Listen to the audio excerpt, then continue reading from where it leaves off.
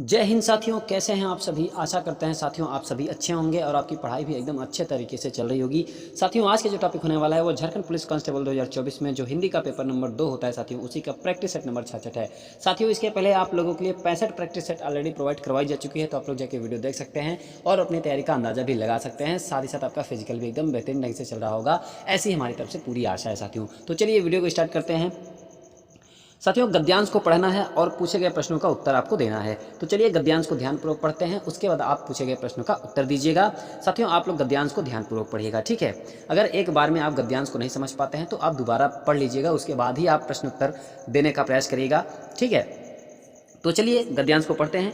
बचपन के दिनों को सोचता हूँ तो सब कुछ बदला बदला लगता है, जिसे देखकर विस्मित हो जाता हूँ। बचपन में एक बार फुटबॉल खेलते समय गेंद पंचर हो गई। हम सभी बच्चे एक दोस्त के पिता की दुकान पर पहुंचे। उसके पिता साइकिल मरम्मत का काम करते थे। उन्होंने तुरंत फुटबॉल का पंचर ठीक कर दिया। हमारे आनंद का ठिकाना न रहा। उन दिनों अंग्रेजी स्कूलों का चलन शुरू हो गया था। इन स्कूलों में बच्चों को पढ़ाना शान की बात मानी जाती थी। गरीबों के बच्चे इनके सपने ही ले सकते थे।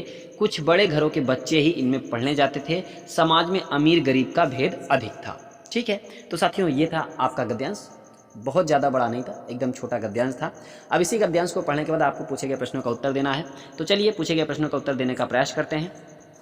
पहला प्रश्न है साथियों, विस्मित होने का कारण है क्या है?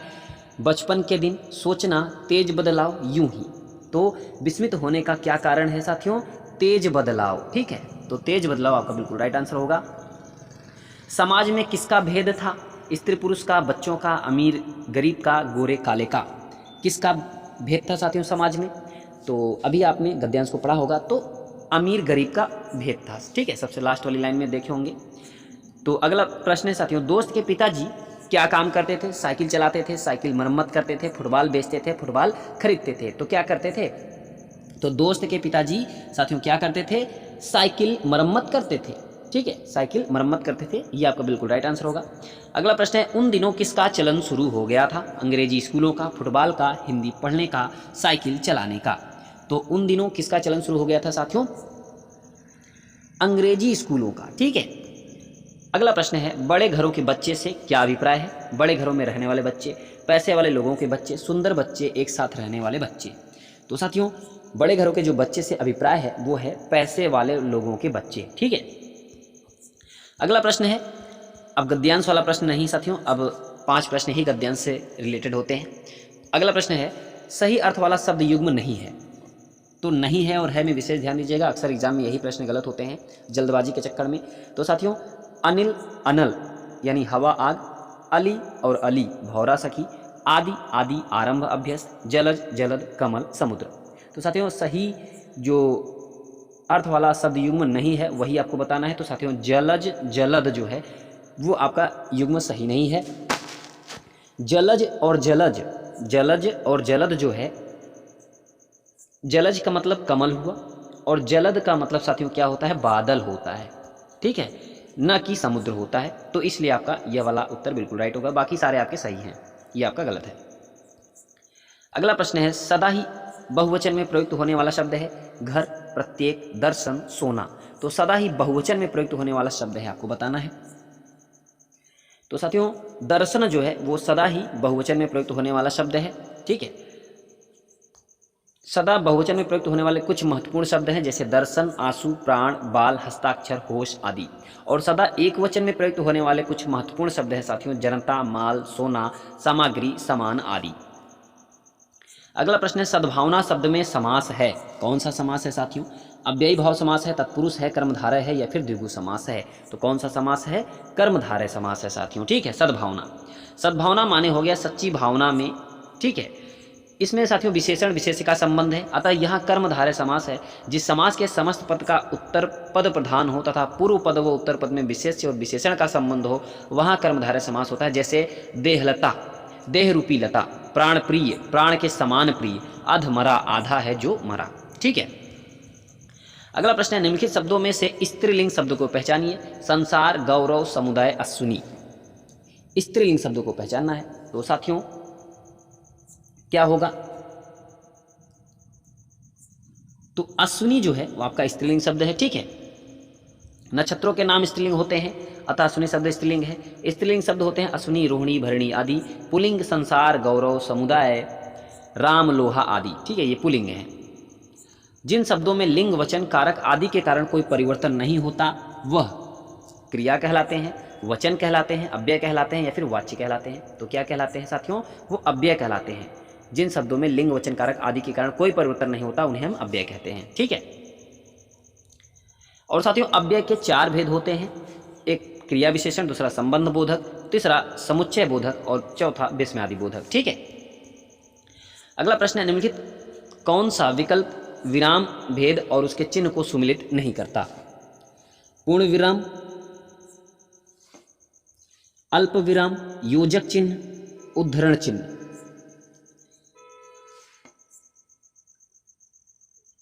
तो साथियों आपका जो राइट आंसर बनेगा वो है योजक चिन्ह, ठीक है।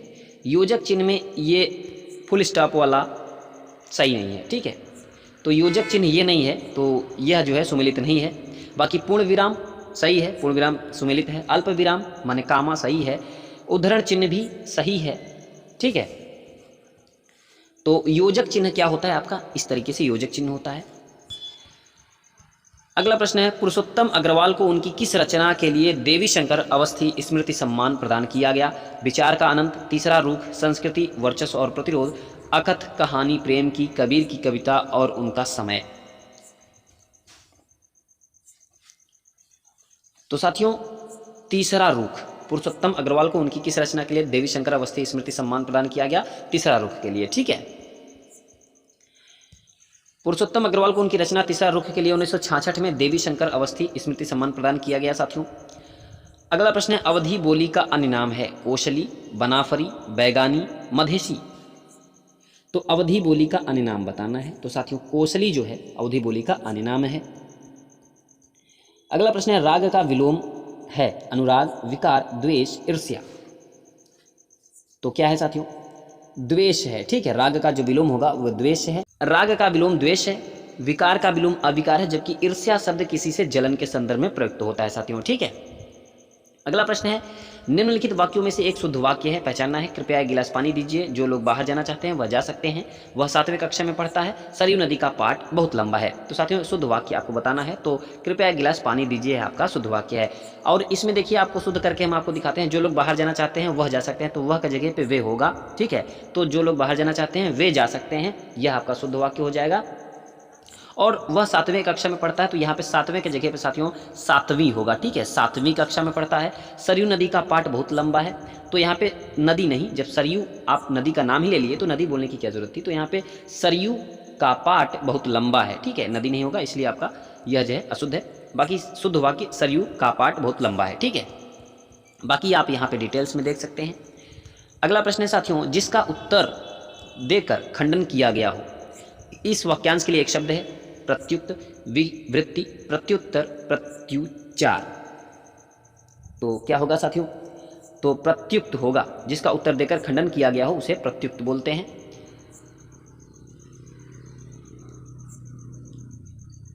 अगला प्रश्न है, इनमें से एक शब्द की वर्तनी अशुद्ध है, वही आपको पहचानना है। अधीन, भागीरथी, जागृत, अनुगृहित।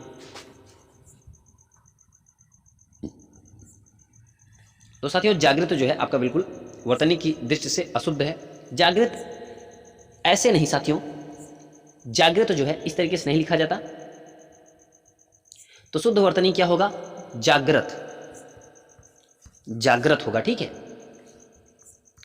जागृत इस तरीके से होगा, अथवा जागृत होगा, कहीं पे आपको जागृत भी मिल जाएगा। ये 3 चीजें हो सकती हैं, जागृत नहीं, ऐसे नहीं। पहला क्या देखो मिलेगा?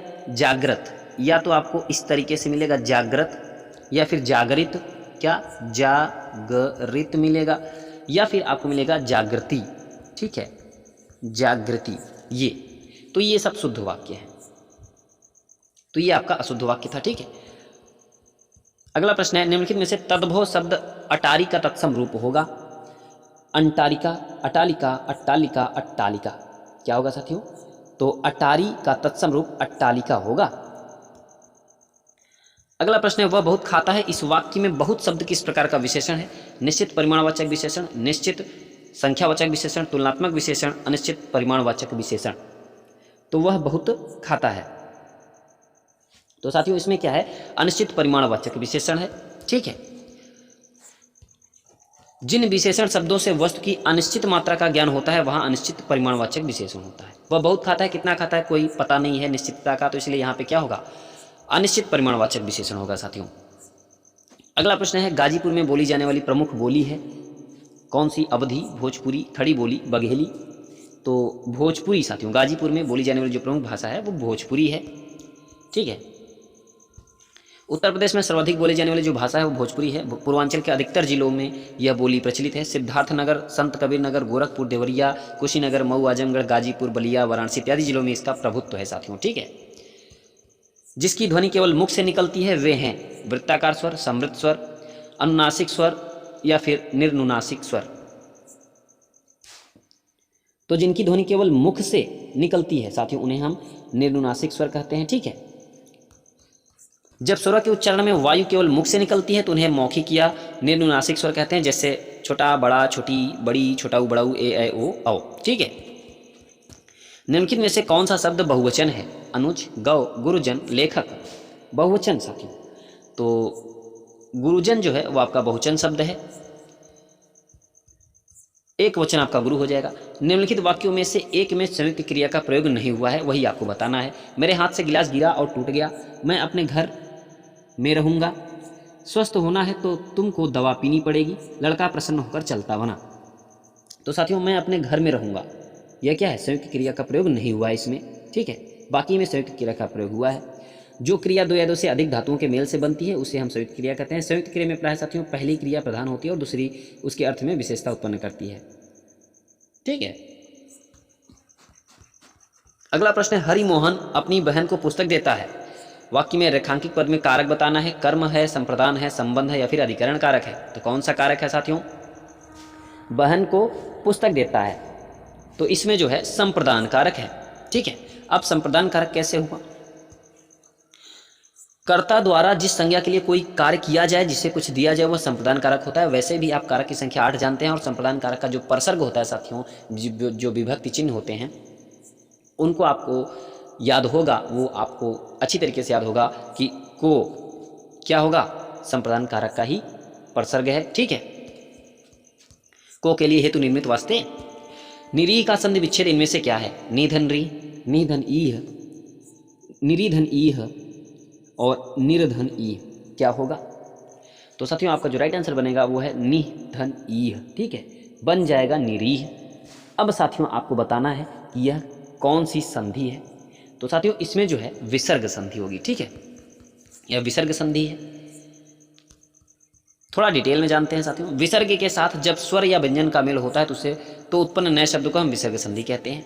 विसर्ग संधि के नियम है, कुछ जान लीजिए। यदि विसर्ग के बाद च छ हो तो विसर्ग का स तथा ट ठ हो तो खटकोण वाला ख त थ हो तो स हो जाता है। जैसे निश्चय, निधन चय बराबर निश्चय हो गया। यदि विसर्ग के पहले इकार या उकार आए अथवा विसर्ग के बाद वर्ण क ख प फ हो तो विसर्ग का खटकोण वाला ख हो जाता है। जैसे निधन फल बराबर निष्फल हो गया।